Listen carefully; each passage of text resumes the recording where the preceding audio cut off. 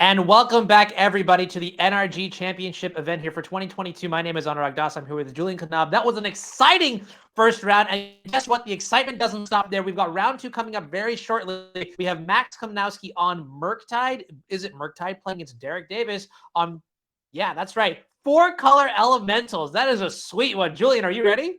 Yeah, well, I'm not sure whether I'm ready, but ready or not, we're going to go into this, right? This Elementals decklist, I think both of us yesterday had to look up a couple of cards that we saw on that decklist over there. Have you ever registered Tangled Florahedron in any of your decks, Hanurak? I'm pretty sure you just said something really mean to me, and I'm going to let that slide this one time, but yeah, sure. I'm waiting for it. I'm waiting for it because I didn't even know that was a thing, but Derrick is sitting here in the championship. He won the first round, I would assume, since we're coming now. And I'm not going to pretend that I know what the matchup is going to play out. That deck, like Voice of Resurgence, it's almost 10 years since I last saw the card make a big play in Modern. And it's one of the sweetest cards that you can imagine. I just look at the deck list. There's so many cards that I want to see in action, like really soon. I'm not even positive whether there's maybe some kind of combo in there. We are trying to leverage the 4 ephemerides. Anurag, this is gonna be a synergy slugfest, and that's what I'm in here for, right? This is what I'm all about. I want synergies across the board, everywhere, ideally even with your lands. And I want to see Derrick put it into action against one of the meanest decks in the format, I want to say.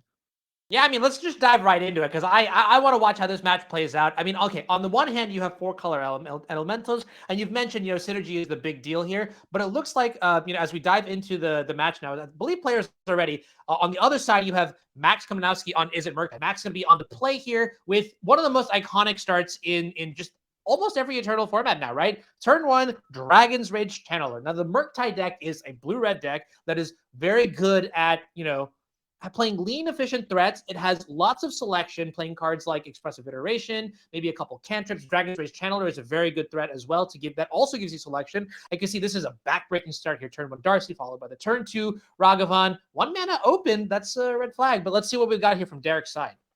Yeah, Maxx very much known for writing a prime, I believe, about Is It Murktide, one of the go-to guys when it comes to this deck, so no surprise he's playing it here. Derrick, also very much known for this rather unique take on 4-color elementals. I've never seen Vesperlark, for example, in action. He's got a couple of one-offs, right, that he can find a Flamekin Harbinger later on in the game. And I wonder whether he's going to put something together that's going to just generate a ton of value with Risen Reef, which is, I often feel like the card the deck revolves around. That's just going to give you so much more card advantage. But right now, we're just happy getting a bunch of Triomes into play. And yeah, here we go. Flamekin Harbinger. That's the one that puts an elemental on the... Is it on the top of your deck, I believe? Yeah, which is really interesting because there's a certain card on the other side of the board that can literally just swipe it if there's a removal spell. So this is an interesting dynamic. What we did search, though, was the Tangled Florahedron, I believe, because it looks kind of like a mushroom, and I think that's... what the card art for that looks like. And I wonder if Maxx even wants this card. Let's be honest. I mean, it's basically establishing the mana here for Derrick, which is really important in this matchup, right? Because you do go bigger, but you need to make sure that you don't get run over. And the wall, Flamekin Harbinger, keeping Ragavan and Dragonlight Channeler, 2 of the best creatures ever printed at bay. It's like, dude, I'm just like hero? This random cannon card for Lauren. And that, like, if this card is already stopping 2 of your best creatures, like, there's a lot more to come out of Derrick's deck. Yeah, right? Like, the hero that I never knew I needed in my life? What? Oh, I've drafted plenty of Flamekin Harbingers in my Lauren draft. Don't say that out loud, Julian. No. But I've played most of the time, unlike Derrick. But if I'm sitting on the other side of the board here, like if I'm Maxx, do you really want to spend something like a Lightning Bolt or Unholy Heat on a Flamekin Harbinger just so you can attack? Probably not, right? You're trying to send your Dragon Rage Channeler to the air or eventually get a Murktide down. But I feel like 3 is, once Riven Reef comes down or something, this is where the deck can quickly spin out of control. But for now, Maxx is just really like looking what's going on here. Yeah, normally I would say bolting a card like, Flamekin Harbinger doesn't seem so great when there's so many better targets to get rid of. But the amount of value that you could generate by getting into the combat zone here, and also the Surveil trigger too, right? I have a feeling what this really signifies is that Maxx just doesn't have a removal spell and therefore cannot afford to... Okay, wait a minute. We're getting rid of the Unholy Heat, so maybe... Maybe he has too many. But then he would certainly be using them now. Yeah, or maybe he just wants to hold up removal spells or something like that. But already, what is this? Land, instant, and artifact He's in the graveyard. So the only thing he's missing is a sorcery. And he's willing to trade the Ragavan, right? Because that's going to send the Dragon Age Channel to the air as well. Right? Maybe he's even got like a second Ragavan. That's like one of the most common play patterns here. Yeah, there it is. Okay. Second monkey. There, good read on the second. Because I was like, this Flamekin Harbinger has really done it all, you know? It stabilized the mana. It's traded with the most frightening threat, you know, in Ragavan. And there's a Spell Pierce on the format All-Star Leyline Binding. Guess we just let that happen. There's not really too much I guess we can do here. Looking at the decklist right now. I mean, a card that Derrick, for example, really wants to see, I already talked about, is Voice of Resurgence, right? That's just going to be such a huge pain for Maxx. All of his counter spells and stuff. Second Leyline Binding is going to get rid of the Ragavan. He really doesn't want Ragavan. Wow. Very fascinating. You know what's interesting is I wonder if that Spell Pierce was telegraphed from the turn before, where the basic island, the curve was turn 1 Dragon's Rage Chandler, turn 2 Ragavan hold the island up, and I wonder if Derrick was able to pick up on that cue and then sequenced accordingly with the Flamekin Harbinger and then the double Leyline Binding. I mean, maybe it's just how you naturally play out the cards anyways. So, but picking up the small things here and there, you know, it could matter a lot, and I wonder how that impacted it. Eventually, we're also probably going to see Kahira come into play, which one of the few decks that not only uses it as like a random extra dude, but can make really good use of the ability that pumps all the elementals. And Risen Reef, basically the centerpiece of the deck, right? The way it works is whenever an elemental comes into play on your side, you look at the top card, and if it's a land, I believe you can put it onto the battlefield. Or you can put it into your hands if it's any kind of card. So the card advantages will be out of control very quickly unless Maxx is going to be able to deal with the Risen Reef here. Which he won't. Okay, so he's going down the beatdown route after attacking with Dragon Age Channel, of course. And how big is that guy going to be? Chunky, that's a big. 5/5 or 6/6 Murktide. Yeah, I think big starts at 6/6, right? 5 is like wanna be big, but 6/6 is really big. That's when you get into like overpowered Shivan Dragon's range stuff or something. Yeah. How does Derrick actually get rid of big flying creatures? I'm looking at that because he's got 4 Solitudes. That's a good start. And 4 copies of Binding Fury too, not well, going to be good. But we already saw 2 of those gone. Okay. I mean, hear me out. You ready for this? You're not ready for this. Thunderkin Awakener comes into play. It brings back Flamekin Harbinger. Flamekin Harbinger tutors for Solitude. The trigger from the Risen Reef maybe gets you the Solitude to hand. Bang! What is this? It's so sick! Oh, dude, I want to build this deck right now. I just want it in my life. Thunderkin Harbinger, a card I've actually used in Legacy to bring back Ball Lightning in like fun decks. But here Derrick is sitting in the championship, but he's actually making the card work if he has it. Okay, I'm pretty sure the triggers don't stack that way, but it would still be super sweet, like, you know, if you could just tutor that way. Anyways, here's another Risen Reef, and now the triggers are going to compound violently, which makes me wonder if it was a mistake to bin that Unholy Heat as early as turn 2 when we didn't have removal spells for the other stuff here. But with the way the hand looks right now, if I had to guess, if I was sitting in Derrick Davis's seat right now, the 6/6 Murktide Regent with the 3/3 Dragon's Rage Channeler, 2 mana left open. I mean, there must be a counterspell in Max's hand, so we need to see not 1 piece of removal potentially, but 2 in order to stabilize. Yeah, I think Maxx pretty much called the game to be a race. He put away the Unholy Heat. He's like, I don't really care about your creatures. Like, if I Unholy Heat or Solitude, that's not really going to do much for me. I only care about getting the damage across and getting the damage across quickly, because I won't be able to keep up with the value output that your Risen Reef and the rest of your deck is going to produce. And that's how it's going to work. What is that card that we see there on the stack right now? Yep, that's what I have to say to that. As your premier caster, I know exactly what that card is, and I will answer that in... Oh, it's gone. Sorry, Julian. Missed it. Okay. Oh, actually, I think it might have been Ephemerate or something. Oh, dude. What's Solitude Overload. Ancestor Recall for triple Solitude? What? What the heck? That was... They're gonna be drawing 2 cards each once they come into... Like, this is not modern anymore. Is this like, in which game do you not have to pay for your stuff and you still get to draw extra cards of Julian, them? I have a confession This is to make. completely busted. Yeah, hit me. With this Omnath on the stack, I confess. There was one time where I had 7 Entreat the Angel tokens in play, and I lost to Elementals in Legacy. And I don't really want to talk about it. I think I actually saw Yeah, that. I mean, maybe today is your day to finally overcome that. maybe. That's better.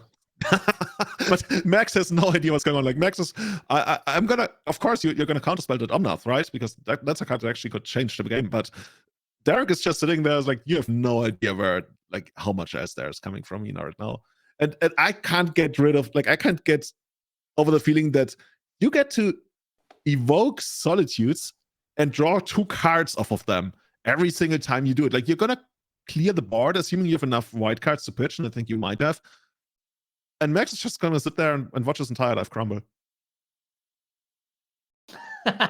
So much on the line in one match of Magic, but yeah, you're right. I mean, this is why the Elementals deck is so powerful, right? Because you have such a game-ending, series of late game options that at this point, I think, and I think Maxx sort of understood this with the kind of hand that Maxx kept. He was really trying to go under the Elementals play. Maybe that's why he's decided to get rid of a card like Unholy Heat, saying, listen, I'm not going to, trading 1-for-1 is not the proper type of exchange to make in this matchup. I basically need to stop your removal spells on my heavy hitting creatures, and then potentially, I can just use those to win the game.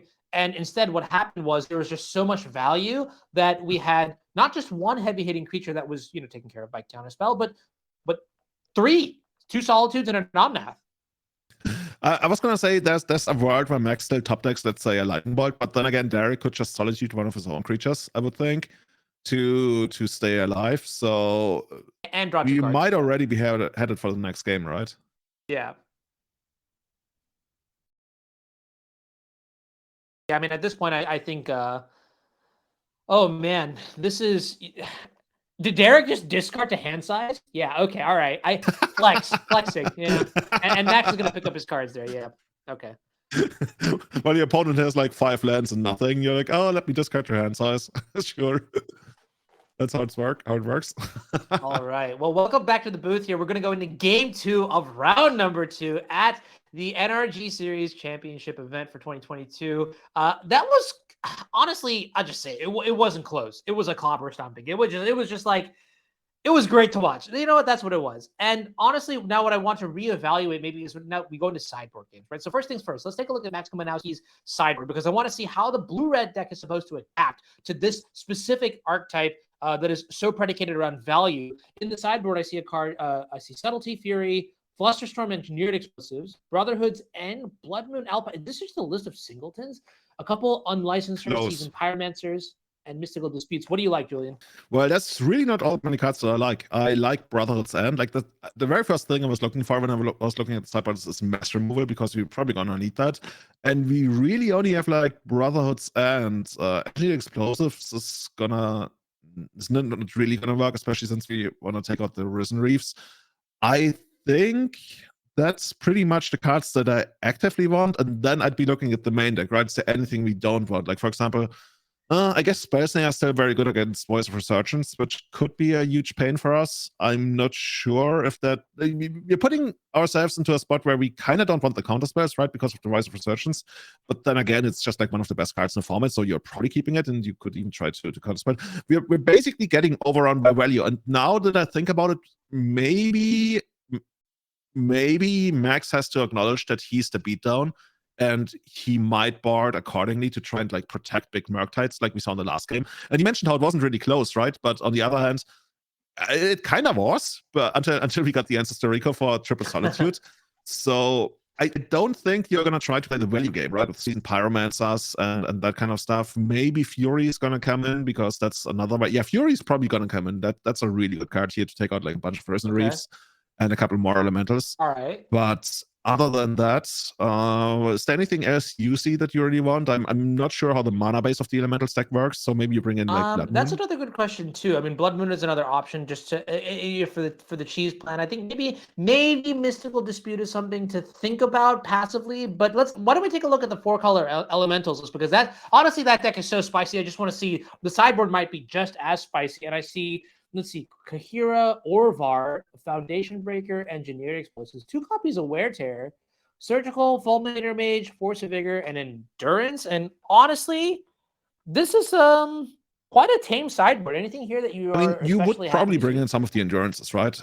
If there's something you want to take out, I guess you keep the Leyline Bindings because they take care of the Murktide, which is, I would guess, the only card that you're really, really scared of.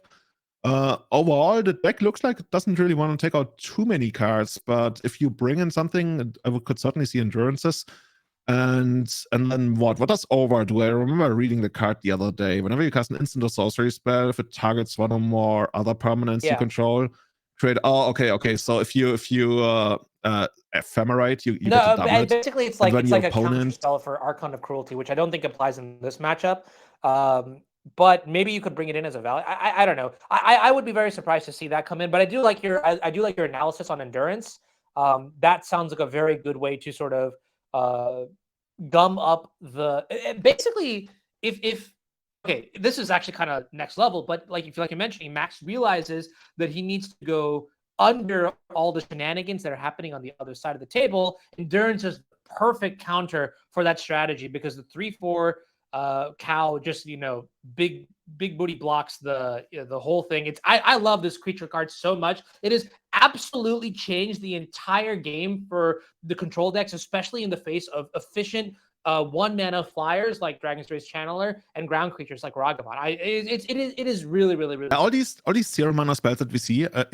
When you get to a point where you can actually make them work by having something else, right, that benefits of them coming into play. We saw that in Scam, where you try to undying them, or here by getting additional triggers out of Risen Reef. You can really you can balance the card disadvantage you get with these cards, and then all of a sudden you have removal spells, or you have graveyard nukers that cost 0 mana.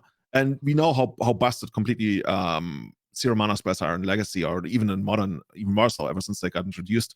So I feel very good about 4-color elementals. Like, can I pick my pick to win this tournament to Derrick? I guess it's not only going to be Modern, but if it was, dude, Derrick, man, that deck. Maxx is sitting here. I mean, no turn winning one your pod creature here today gets you straight to day 2 of the event. So I think that is or it gets you to stage 3 rather, right? I believe that's how that works. You get to skip stage 2 if you go. I think 3-0 is that. Oh no, you have to play against everybody. But Modern is going to be like first 3 rounds. So right. Consider on the first turn. What are we gonna put away? Okay, no Ragavan. Certainly would have loved to have that in the first turn. Yeah, so I really do think I would like to see something aggressive here from Maxx's side, but instead it's just going to be Flooded Strand pass. And now, I don't know.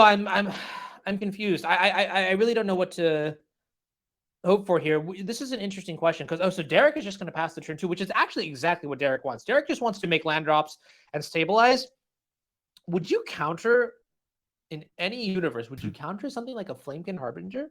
No, never. Seriously. Yeah, no, never, right? But I wonder if that's like, I don't know if that's a silly thing to think, but probably no, never is correct. Yeah, I don't know.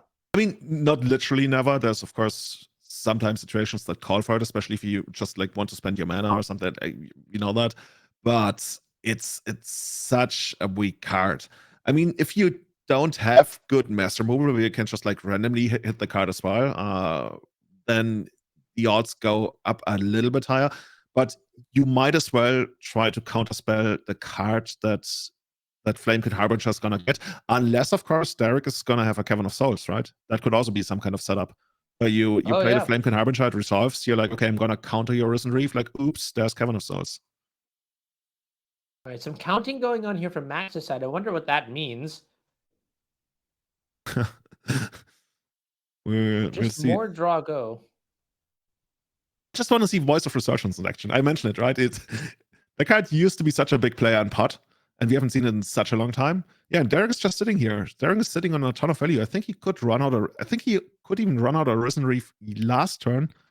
Or was it a try? No, that's a Triumph that came into play. So now it's the first time that he can actually do that. Let's see.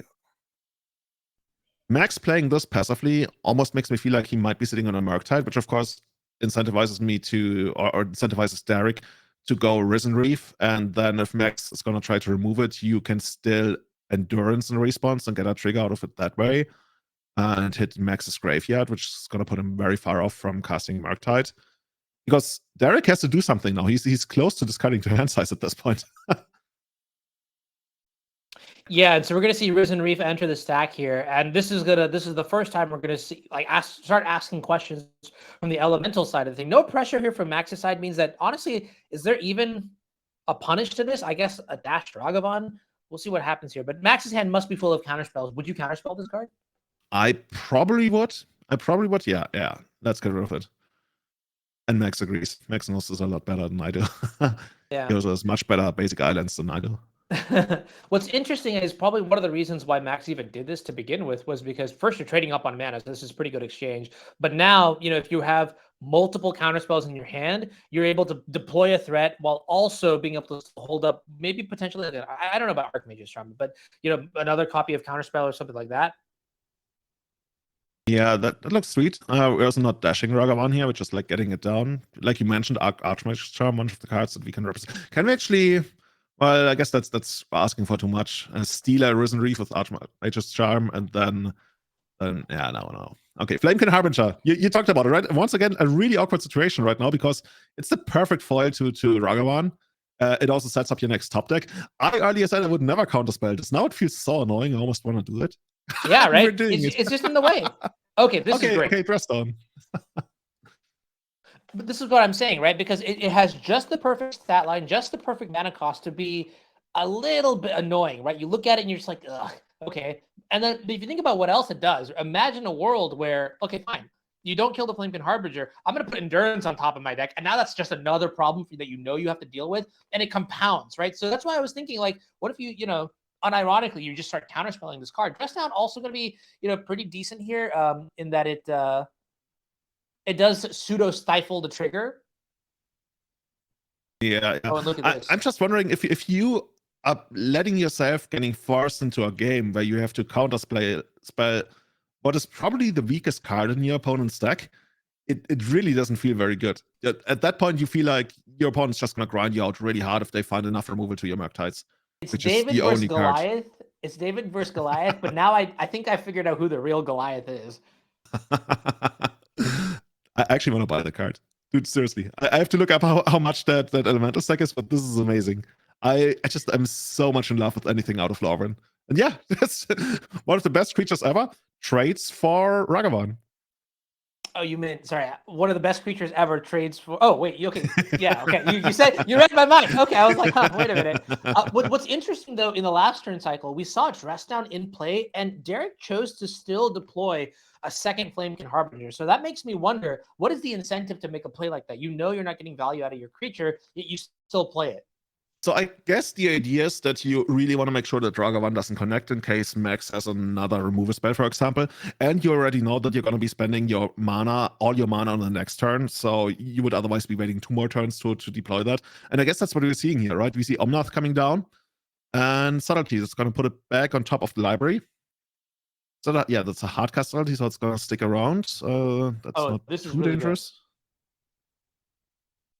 I think the running theme in Modern is when you hardcast your elementals, you just generate so much value. And this deck playing Subtlety is quite a big deal, especially in this matchup. In fact, I am fairly certain the Subtlety was just like a one-of.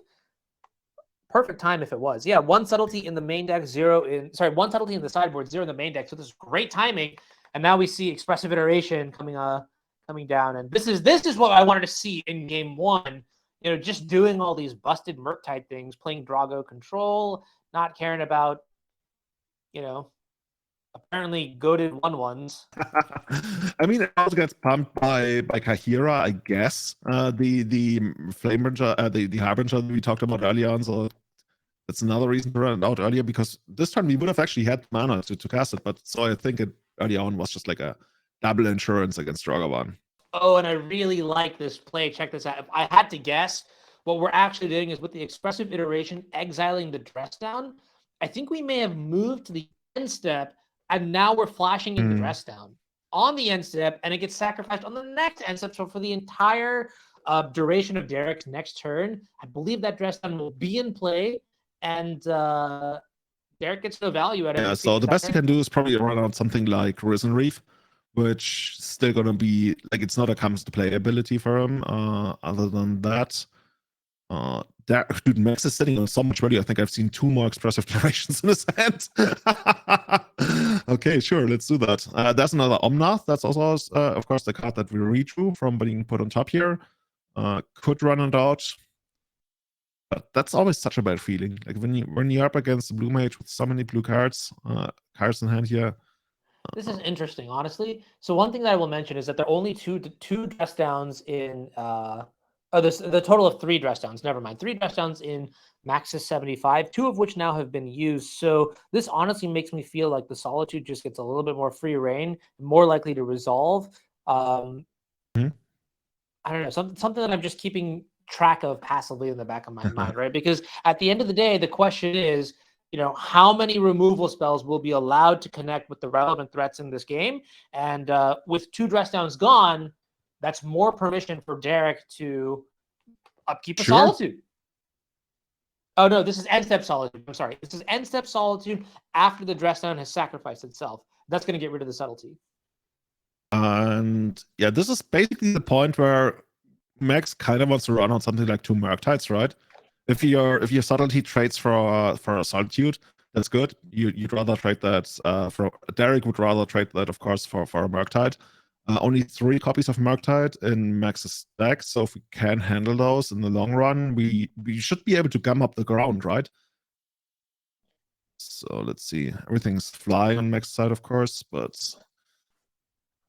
I just feel like whenever Maxx is sitting there, and even though he has a lot of cards, which is great, and playing a reactive game, eventually Derrick is just going to deploy so much synergies and values that he's going to overrun him unless Maxx has Maxx removal. And as we already established, right, Maxx only has Brotherhood's End as Maxx removal.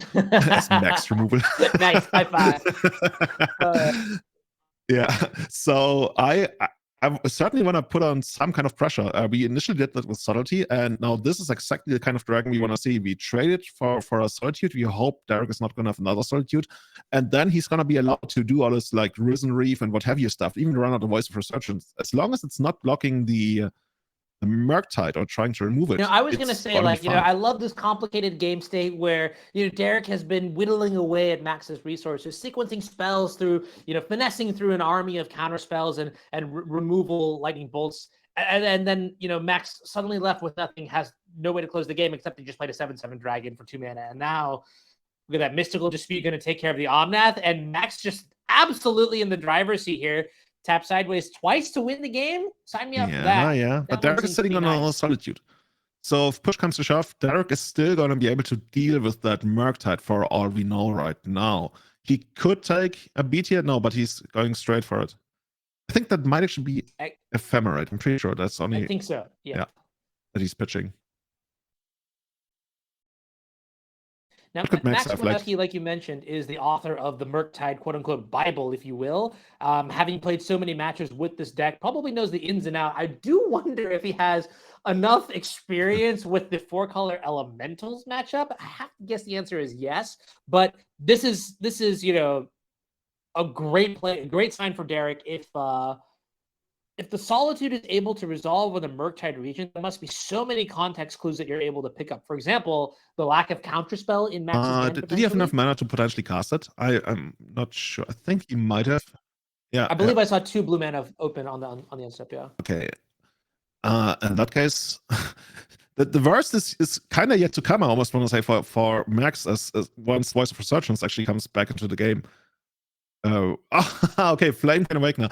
So that kind of card, that's another thing you already talked about it, right? Whenever it attacks, it gets to put an elemental from your graveyard into play, attacking, that has less toughness than it has, right? And has 2 toughness, so you get to bring back, what do you bring back with it? I guess more Flamekin Harbingers or something? You're talking about Thunderkin? Yeah, exactly. That's a great question, and we're going to find this out together. I'm pretty sure it puts into play target elemental card in your graveyard with toughness less than Thunderkin Awakener's toughness. So if you can put any 1-mana toughness elemental into play, so let's say a Risen Reef, more Flamekin Harbingers if you have them, and just generate a ton of value that way. And there's kind of like a pseudo combo. I'm not exactly sure how it works, but you also got Vesper Lark, which is a card that but when I looked at it, it looked like it kind of combos with it. For example, if both dies die in the same combat, then Vesparlark gets back Thunderkin Awakener, and then on the next turn, Thunderkin Awakener can get back Vesparlark, for example. And if you have Risen Reef in play, of course, that's going to give you a ton of triggers. But I'm curious how that's going to work. I also wonder whether, like, with these Flamekin Harbingers going to turn right now, eventually, if Kahira is in play, that's some serious beatdown now going on at that point, while Maxx is flooding out pretty heavily. And the blue-red deck, not exactly known for being able to make good use of mana flood outside of like casting Murktide when you don't have a graveyard, but Maxx certainly has access to that. So without brainstorming the format, you might as well play your lands, I guess. But there's some Archmage's Charm in Maxx's hand, which could be a way to basically trade off both Harbingers. Kinda, not really. It feels like Maxx has access to a ton of card draw, but unless he finds something that corresponds with the strategy in the matchup, which I very much believe is just Murktide and chill, that's not going to do much for him, because eventually, like we mentioned, Derrick is just going to outvalue him with all his draft uncommons and commons. And here is Carriera. Yeah, Carriera has to go. Another extra card that we got. So not feeling great for Maxx here. Unholy Heat going to take care of the Carriera here. I don't know if we have. We must have Delirium at this point. You have creature, artifact, instant, land, enchantment. So that's going to deal 6 damage. Flamekin going to come in with the beats now. 1 point, dropping Maxx down to 22 here. On the end step here, what are we going to see? 3 mana turn sideways. That's a big tell. Got to commit to the play now, maybe? How do you feel about that situation if you tap 3 mana accidentally and you really telegraph a land or telegraph a card in your hand? Oh, psych! It's Snapcaster Mage. Generally speaking, I think you shouldn't give it any kind of credit. It might be like a pump fake. It might not. I think in the end, you just gotta do what's the best. What do you think is the best line? Okay, Snapcaster waiting for the Flamekin Harbinger. Not exactly what I expected here. It's just so annoying to me, Julian. These 1/1s have gotten so much value. We're gonna see them in control decks soon, right? Is that how it's gonna work? Yeah, and here comes the second Murktide. We were able to deal with the first Murktide. There's 1 Murktide left in either the hand or the deck. And if Derrick deals with that Murktide, there's not too much left that we are super scared about. And I mean, Derrick hasn't really done all that much over the last couple of turns while still having cards in hand. So I would guess that he still has like a lot of things going on here. One thing that's really important, though, is that the same sort of velocity that we saw in game 1 with Derrick's deck, utilizing the Risen Reefs to sort of just completely take over the game, that's not happened here at all. So the resources are relatively contained here. We're going to see the Thunderkin Awakener come into play now. I guess it's probably target the Risen Reef now, and maybe we'll get some sort of card advantage off of that. However, Maxx has 6 open mana, 7 actually with the Fiery Islet, and a lot of cards in here. So we're going to see Counterspell take care of the Awakener, and that's exactly the kind of card you want to pair alongside your Murktide Regent, because Murktide Regent at this stage is a 6/6, is a 2-turn calling. Yeah, Maxx obviously is better than I do. I was wondering whether you just like let it resolve and try to counterspell anything that tries to attach your Murktide. On the other hand, of course, the Thunderkin Awakener would bring back Flamekin Harbinger, which then would give you access, or Risen Reef, like you mentioned, which would eventually give you access to Solitudes. So maybe it's just saying, we're not going to do any of that and hope that you don't have anything else that's relevant. And right now, is it a Fury that's not good enough in Derrick's hand? What else is there? All right. And for anybody who may be wondering, welcome back to the NRG Championship event here, 2022. We are in round 2 right now. Game 2, Derrick Davis on 4-color elementals against Maxx Kominowski on Is It Murktide? If you are experiencing technical difficulties, consider refreshing the page, and that'll be great. We're going to see Maxx Kominowski take game number 2. We're going to go to a third game here as we go back to the booth now. And I do want to take a look at one thing that's really interesting, Julian, that I did not also pick up. Derrick Davis is actually 0-1 right now in the event. Maxx is 1-0. So the way this event really works is it is round robin, right? So you do have to play. Okay, so pairings are not based on results right now, right? Since you have to play anyone at any time anyway. Yeah. That makes sense. That makes sense. So even if you go down in the first round, you still have like everything to play for, because I think only the bottom 2 players of the group are gonna drop out, right? That's how it works. Correct. Yeah. So Top 2 players advance to stage 3. Bottom 2 will get knocked out, and then the mid 4 will continue to play to see who can make it to that coveted stage 3, which I believe is the top 4 players total. So that's going to be, the goal. That's where you want to end up. Let's take a look at some of the sideboards here. Now that we've seen Max's sideboard in between games, let's take a look at the 4-color elemental sideboard at the hands of Derrick Davis. I want to reevaluate maybe how we want to approach this matchup. One key card that we identified earlier was endurance. Is there anything else now that we may want, having seen how game so after having seen this match, I'm even more convinced that from Max's side, of course, he's supposed to be the beatdown and he has to rely heavily on Murktide. So from Derrick's side, I would just do everything I can to stop the Murktide. Because anything else we can either raise, remove with Fury as well, or outcard advantage.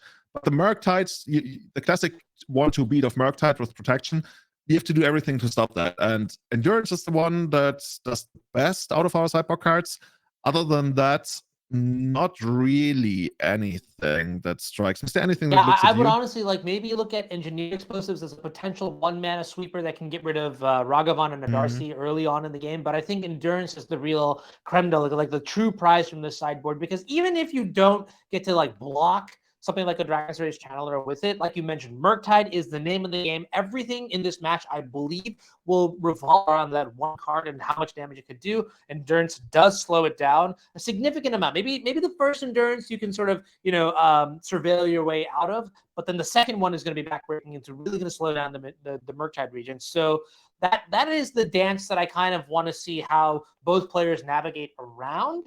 Let me ask you, maybe the most important question is that going into this game 3, who do you think is going to come out ahead? Do you think it's going to be the Elementals with the Risen Reef strategy, the value combos, or do you think it's going to be the tempo-oriented, in big tournaments, never bet against the tempo deck. It's just something I was told.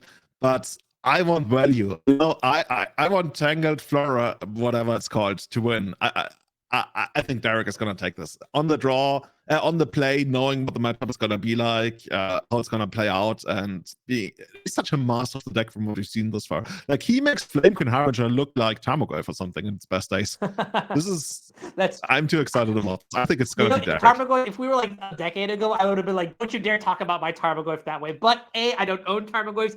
B, we're in 2022, so 2023 rather. So go for it. I'm going to, here's what I'm going to say, right? When you hit an 11, the book says to double down. So my money's on Maxx Kominowski. Going to take this game 3 here on Is It Murktide? We'll see if there are any mulligans, but Kahira has been revealed. I'm going to get right to it. I'm actually at the edge of my chair. I have no idea what's going to happen. I think Derrick didn't hit a Kevin in either the first or the second game. And we talked about, right, how there's the potential to run out Harbinger, and then later on you have the Kevin, and Maxx is going to sit there with a bunch of counter spells that don't ever do anything.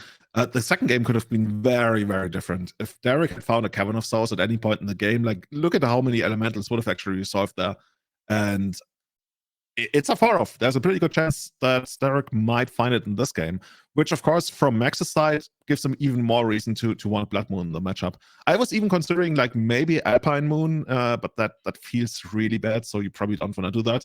But Blood Moon to stop Cavern of Souls is one of the things that Maxx should certainly consider. Looks like Mishra's Bauble going to be activated, and on the end step, I'm going to see the card that Derrick is going to draw for the turn after the fetch, and then on the upkeep, Maxx draws a card. We see Flamekin Harbinger, the ultimate 1/1 coming down now, and let's see what goes on top of that. Game 1, we saw it actually tutor up a Tangled Florahedron. This time, it's going to get a Risen Reef. You know what I was wondering? I was wondering whether there's a Flamekin Harbinger chain. You just keep putting additional copies on top of your library until you get all of them into play. Is this a Recruiter of the Guard or Imperial Recruiter, but way worse? Oh man, or way better? Question mark. Yeah. But yeah, we see the engine of the deck pretty much, Risen Reef being put on top, and Maxx, once again just sitting there trying to answer a bunch of stuff. This is basically where we want Kevin to come down, right? Maxx hasn't done anything other than cantrip thus far, and if you got Kevin here, and we don't have one, so this is probably be an easy counter spell if we have it. Oh, this is not a. Oh, you can see Derrick almost picked it up as Mystical Dispute, but no, it's just consider there's a window where we could just take over the game, but we top the card off. Didn't put anything in the graveyard. Yeah, and there's nothing going to the graveyards.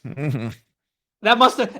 How crazy would it be if the consider actually found the mystical dispute there? I mean, I didn't get a good gauge. I don't see if the hand got shuffled or anything, but that would have been the nastiest top deck. Maybe game deciding. So now we just got Kahira into our hand, and I guess do we attack for 1 year? I mean, we die to subtlety, but then again, subtlety wouldn't be doing anything. Okay, we just sit back. And I think Derrick has demonstrated some resilience, patience, like not willing to play into a Dash Ragavan here. So I'm not surprised to see the passive 1/1. Yeah, stand the guard, if you will. Dash Ragavan, such a good card. And Kahira, the orphan, is it the orphan guard or something?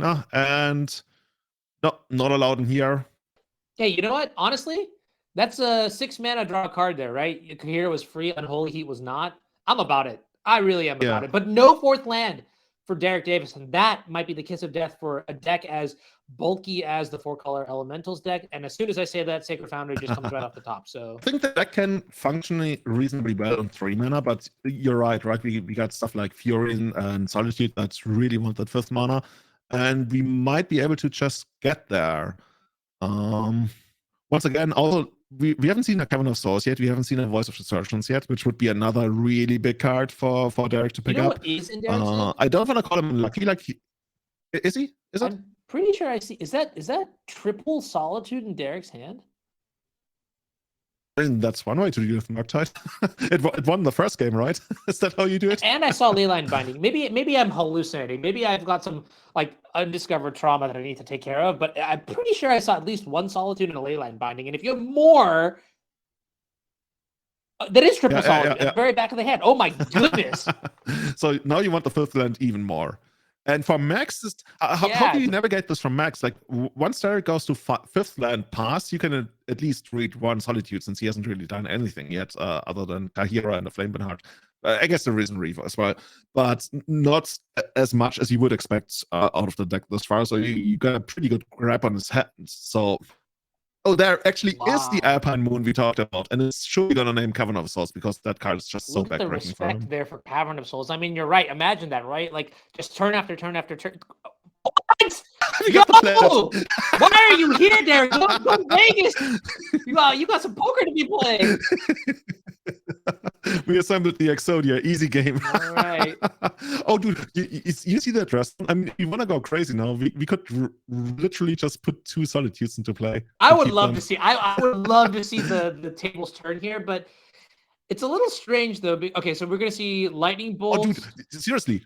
Sorry to interrupt you. I would seriously consider that now. Yeah. In response to the lightning bolt, you just put them into play. You get 2 additional draws out of. So even the card disadvantage is leveraged. But Derrick's sitting there. He knows exactly what Solitude is supposed to do, and that's to go after Murktide. As we mentioned earlier, probably the way for Maxx to win the game. You're not going to win the game with, like, I don't know, Ragavans, and probably also not with your Dragon Rage channelers. There's too much things that can go wrong, and they're not fast enough, whereas Murktide usually takes 2 hits for Murktide to be lethal, and that's what Maxx is playing for. And if you're sitting on something like 4 Solitudes, but when is Cable Therapy going to be released into Modern? Do we have any information about that? Say that again, sorry? Cable Therapy? Is that ever going to come to Modern? I think that doesn't would be that already exist addition. in Modern? Isn't there like Cabal Therapist or something like that? The 1/1 creature? It's just not the same, though. I agree. Oh, dude, I would read at least 2 Solitudes in Derrick's hand right now if I was Maxx. I mean, not so much that you can really do about it. Oh, Blood Moon. That's unfair. I agree, and I'm all for it. Let's go. Right now, if you're excited about this Blood Moon, show me in the chat, right? Oh my, actually, Blood Moon is always the villain. I don't know how I feel about that. Blood Moon and Alpine Moon, there must be some sort of flavor success there. It must be. What is the most famous planet that has 2 moons? I have no idea. But Maxx is living on it, and he's taking us there. Because now Derrick, this is pretty spicy. How does Derrick actually get to remove them? I'll let you figure that out. All I know right now is that those Solitudes cannot be hard cast, and that is massive because having to dedicate extra resources to casting your removal spells, I mean, while you will still do it because it's the best thing that you want available to you, you're not happy to see that. Yeah, it's going to be really hard. I don't think he would bring in his 2 Force of Vigors against the stack. He probably wouldn't bring in his Vertex. And other than that... Any Boseijus? No Boseijus. Oh, wow. Okay. This looks like you might have to play with just evoked Solitudes for now, which still works, especially with Risen Reef, right? I guess if you brought in Foundation Breaker as a one-off, honestly, I wouldn't hate bringing in Foundation Breaker because you can Harbinger for it. So maybe that's not. And that's so great that you can still cast Harbinger through a Blood Moon. Well, this card is so good. It's just so good. Completely teched out here. And it's actually interesting, right? There's a huge pause here at this point. I don't know if it's for the judge call. It looks like both players are not really doing anything. Maybe they're figuring out some kind of interaction, how Blood Moon and Alpine Moon work together or don't. Okay. Interesting. Okay. So we've just got word right now. So the ruling in question is Alpine Moon has a very special ability. While it does, remove a land of, activated abilities and the like of that, the land does have the ability to add 1 mana of any color. So now the question is, let's say, Cavern of Souls comes into play, does it get to still add 1 mana of any color, or does it only tap for red because of the Blood Moon? I will tell you very honestly, I have no clue how that ruling works. Maybe we have an L3 in Twitch chat who might be able to tell us, or actually all of Twitch chat together combined is an L3. So whatever they say is probably correct anyways. But that is a very interesting dilemma, and might be, if it does work out that Cavern of Souls will get to tap for any color of mana, that could absolutely change the context of this game, because then Cavern into Cavern lets you cast your Solitude, which is such a weird sentiment. But, I think it comes down to whether Blood Moon actually changes the name of the card. Does it? Is your card called Mountain now? I actually don't know. No, it's not, because it just changes the line type, right? Because you still have Hallowed Fountain that is a mountain. All non-basic lands are mountains. I've actually never paid attention to it on Magic Online, whether it overrides the name, but I think you're right. It doesn't override the name. I mean, like Dryad Arbor is still a 1/1, so it doesn't. But I don't know. I guess the name, the name is different. The name is different from the typing, right? It has to be. So, if I had to guess, Blood Moon does not change the name. Therefore, Alpine Moon will still grant the ability. I think that's how that works. If we can get resolution from director of the floor judge to see how that is actually handled, I'd love to know more about that specific rule, and then that'll let us know. Red mana, sure. This is what I'm gonna do with red mana. I just got my basic D6. Blood Moon be damned. Okay, this is still in the stack. Max points out, and is he gonna consider a response again or something? No, we're just gonna take a damage for the Harbinger. MVP thus far of the entire game, and there actually is consider. Man, that's crazy. It's so cheeky. And then when it finally turns sideways after stonewalling Ragavan for like 7 turns, you're just like, all right, how are we going to handle this Fury? Do we have a removal spell for it? We have plenty of red sources, enough blue sources as well. Tapping a red mana source. Fury, okay, I like that's fine. There it is. Bolt is going to take care of the Fury. Okay, you see, I feel like there's a lot of information sometimes to pick up from the way players just like body language and things like that. I don't know. Flooded Strand come into play. Okay, we're getting some explanation from the judge now how these 2 moons interact together. So stay tuned. We're gonna brief you about this in a moment. Meanwhile, my favorite creature.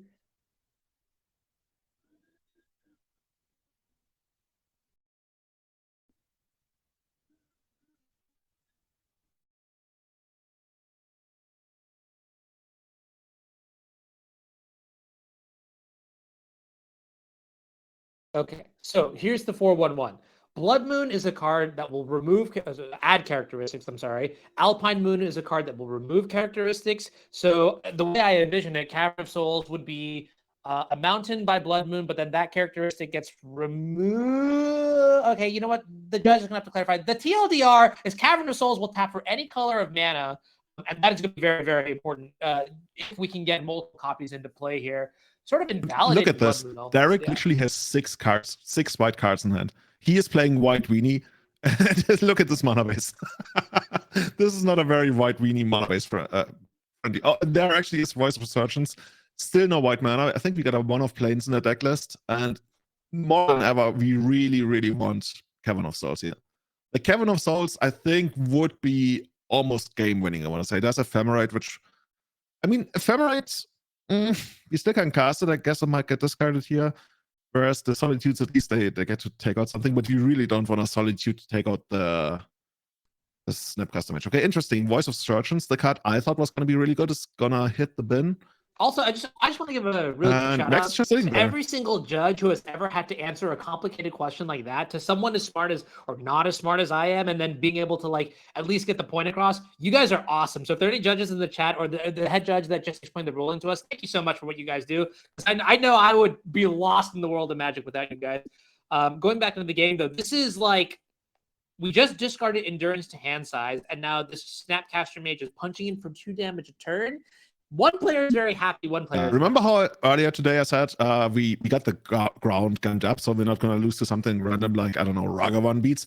Turns out, no, we're not losing to Ragavan beats. We are literally losing to Snapcaster beats right now, which is one of the most underappreciated ways to win the game, I want to say. I think I agree with you. And honestly, when you say that out loud, it's like music to my ears, you know? Snapcaster beats, there's something just so crisp about that phrase. Maybe it's just the nostalgia, boomer nostalgia kicking in. Yeah. And if you're a boomer nostalgia, I don't know what is before that generation, but I remember beating down with Survival of the Fittest and Legacy with literally just Sakura Tribalder and Eternal Witness. That's way too old. Getting there. Oh my goodness, Dad. Please. You're embarrassing me in front of my friends. That's how it used to be done. Veteran Explorer sometimes joined them. But yeah, right now, chat is making a good call. If Maxx wanted, he could Otawara, but I'm actually not sure if Otawara also bounces your own stuff. Alpine Moon back to hand, which would invalidate Kevin, but Otawara, let's see if that actually bounces your own stuff. I'm pretty sure it does. Yeah, that would work. Counterspell going to take care of Flamekin Harbinger here, which is, you know, kind of crazy. Now, keep in mind, there's really no risk of Derrick actually dying, I think, to the Snapcaster Mage, because like we identified, there are 4 copies of Solitude in the grip. So, I mean, if you can get through all 4 of them, Max, then like certified, like you're just incredible here. One thing that could also be done with Alpine Moon and Otawara, right? You could probably, if you wanted to bounce the Alpine Moon and then maybe fix your own mana so that you can cast something like Archmage's Charm, because you only have 2 islands. There's even Murktide in Maxx's hand. It's another way to end the game really quick. Like what Maxx really wants to do here, right, is just to put Derrick into a position where he has to use the Solitudes, and then you know that your Murktide is gonna have a much better chance of resolving, but not even required right now. We got young Pyromancer, seasoned Pyromancer, slightly older, the upgrade from young Pyromancer, and Derrick gets one more turn where he needs to do where he can still sit tight, but then he has to fire off the Solitudes. All right, well, here's Seasoned Pyromancer, yeah, discarding a bunch of blue cards. And also getting 2 elementals. So this is actually, excuse me, a pretty terrifying board. I mean, you probably need something like a Fury now at this point to sort of clean things up. And the way that Maxx has tapped, our shields are down now, so we cannot counterspell. Yeah. Now imagine looking back, if we had just randomly put those Solitudes back into play very early on when the Stress Down was in play, it would look a lot different right now. Of course, Derrick doesn't know that. I'm not even sure if I'm not very positive that would have been the better play. But right now, we're really not getting very good value out of our Solitudes. And 0-1, this is going to get subtletied. Here comes the second one. So shields weren't actually down for Maxx. He still had like a card.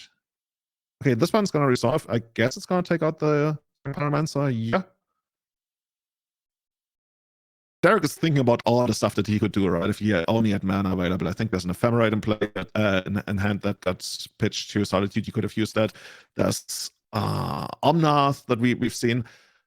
Blood Moon, for as much as I love the 4-color elemental stack, I love greedy mana bases getting punished. Like this is a 2-mana deck winning against what I think is like a 4-mana deck. Definitely a 5 because it's got Leyline Binding, right? I can You've got never that color just to reduce. So this the try yes, home. exactly, right? This is the epitome of justice if you want to look at it that way. Now that being said, we have is this a lethal attack coming up soon here? 4 points of power. Derrick's at 3. There's an upkeep Solitude pitching a Leyline Binding. Nothing is good according to plan here, and this is why I love Magic. You could have like these like disastrous kinds of games that are just like, how did we even get here? You know, like, and it's great. Or you could even have like we saw in game 1, which is like ancestral recall every time I The cast a value. removal spell. The value. We're Okay. bouncing our own snap customization response to the solitude. And that's the 4th solitude, of course, as you do. Now we're trading 4 cards for the snap customization and I guess the Otavara. That's fine. Wait a minute. So we actually alt casted 4 solitudes this game alone? Something like that, yeah.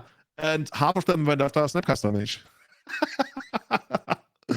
Oh That's man. funny. Dude, don't ever tell me something about like Uro or Chase generating value. Blood Moon is the ultimate value card. Well, I'm about to tell you what the real ultimate value card is. All right, we're gonna have to repeat the yellow hats. You take your lands, Derrick, and just take 5 of them and then turn them sideways, okay? And on the top of your deck is gonna be, oh, never mind. That's not a Fury, that's an Endurance. Okay, I tried to be cool for half a second, all right? But that's gonna be the conclusion of match number 2. Maxx Kominowski, the Is It Murktide Master, is gonna take it in 3 against Derrick Davis. After an overwhelming game 1, Maxx was able to claw back games where he played very patiently, sort of just understanding, maybe reevaluating the entire pacing of the matchup, right? Saying rather than try to go underneath you, try to tempo you out of the game when you're boarding into all these endurances and you have solitudes and leyland bindings, I'm just gonna play super slowly and just 2-tap you with a Murktide what's region, right? so dirty? So that was pretty interesting. The Maxxes have 1-off Blood Moon in the sideboard. And whenever your opponent has like a 1-off that really screws you hard, you're always put in a position where you feel like, I kind of need to sideboard against it, but if the cards that I would bring in against it don't do anything to the rest of their deck, and I don't have a, let's say, Brainstorm Mask ability, I could literally be mana or like or screw myself in so many different ways in 8 out of 10 games, let's say. But in those 2 games, and we saw one of those games here, they're gonna get it and they're gonna resolve it, and it's completely gonna destroy my game plan. So you really have to play with super annoying odds, and we already had one of the best game plans. We have a 1-off that answers Blood Moon that we can tutor, and maybe even cast and get some additional value out of with Frozen Reef. So from Derrick's side, he said it just didn't absolutely work. All right, well, if you're enjoying the Magic that you're watching today and you may be wondering, how can I play more of this Magic? The NRG series it's great. Honestly, we have so many events coming up next year. Check it out right now. You can see 4 events already with dates released. So we have this weekend, the $20,000 NRG Series Championship. In March, we have the event in Mundelein. That is a $10,000 trial with a $5,000 backup. Format's yet to be determined. In May, we have an event in Minneapolis. And then in June, we're back in Mundelein with more Magic to bring for you. So I really hope to see somebody there. You'll see these events are incredible. You get invites to the regional championship, hang out with the command zone, check out some of the artists. The NRG team really does work hard to bring you high quality events. And in fact, I would say these are some of the best, if not the best events just in the country right now. And with a competitive circuit that is unique to the NRG series, you want to be a part of it, right? You want to be under the limelight. You want to be the hero of their narrative. Show your worth, come by one of these events. It's super awesome. Do we have any other events that we want to talk about? If not, we'll cut to a short break and then we'll be back with more Magic for round number 3 of the NRG series championship event here for 2022.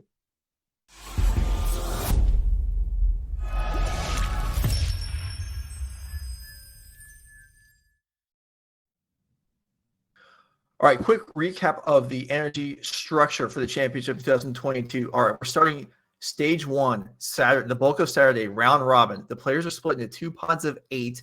They're going to play the other 7 players in their pod, 3 rounds of Modern, 4 rounds of Pioneer.